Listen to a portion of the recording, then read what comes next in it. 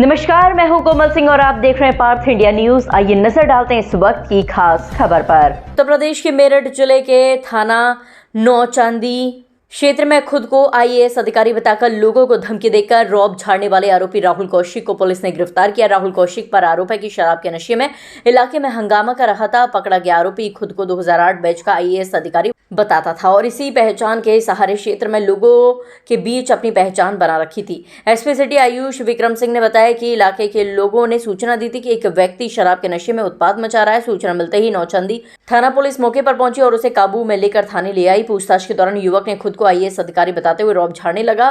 बात उच्च अधिकारियों तक पहुंचने पर अधिकारियों ने इसकी जांच करवाई तो उसकी सच्चाई सामने आ गई। पता चला कि वह किसी भी तरह से प्रशासनिक सेवा से जुड़ा नहीं है और फर्जी तरीके से आईएएस होने का दावा करता था।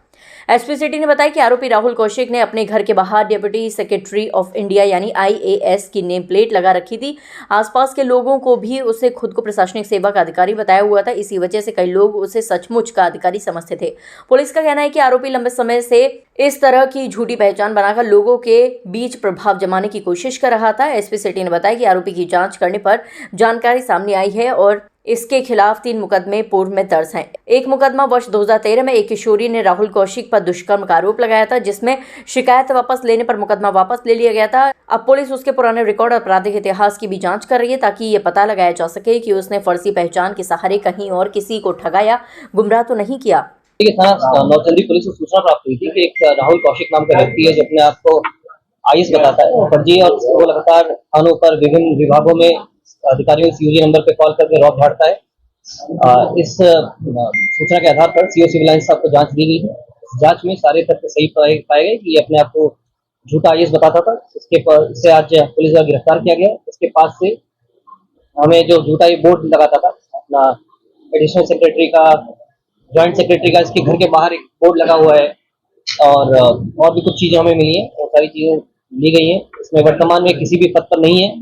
इसके खिलाफ सुसंगत धारा में मुकदमा पंजीकृत किया गया है और इसमें आवश्यक कार्रवाई की जाए। फोन किया गया था और सर किस तरह रोक झाड़ के किस काम के लिए दबाव बनाया जा रहा था? क्या पद बताता था? देखिए, अलग अलग पद बताता था। कभी ज्वाइंट सेक्रेटरी बताता था, कभी एडिशनल सेक्रेटरी बताता था, अपने आप को आईएएस बताता था और ये कॉल करके रौब झाड़ता था कि अलग अलग काम करके आप बताएं।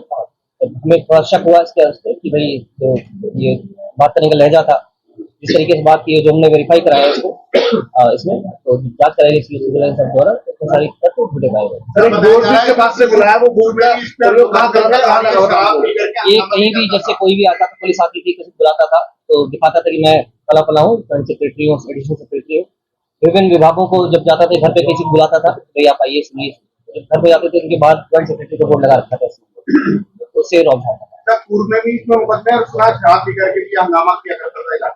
जैसे ये इसमें अभी तक 3 मुकदमे इसके ऊपर प्रकाश में आए हैं और 2013 में भी एक इसके ऊपर इसके खिलाफ कंप्लेंट हुई थी, जिसमें जांच की गई थी, परंतु कंप्लेनेंट द्वारा एक केस वापस ले लिया गया था। छेड़छाड़ का आरोप लगा था इसके ऊपर और इसमें लगातार कंप्लेंट 112 पे भी इसने कई कंप्लेंट की है नशे की हालत में।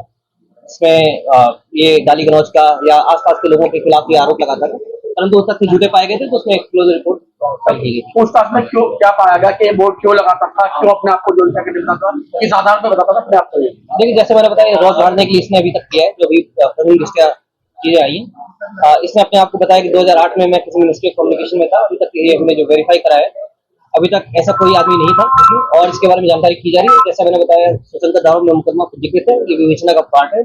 जो भी तथ्य सामने है उसके अनुसार आवश्यक कार्रवाई की है। आज के लिए बस इतना ही। ऐसे ही देश और दुनिया की तमाम छोटी बड़ी खबरों को देखने के लिए जुड़े रहिए पार्थ इंडिया न्यूज से, हमेशा सच के साथ। नमस्कार।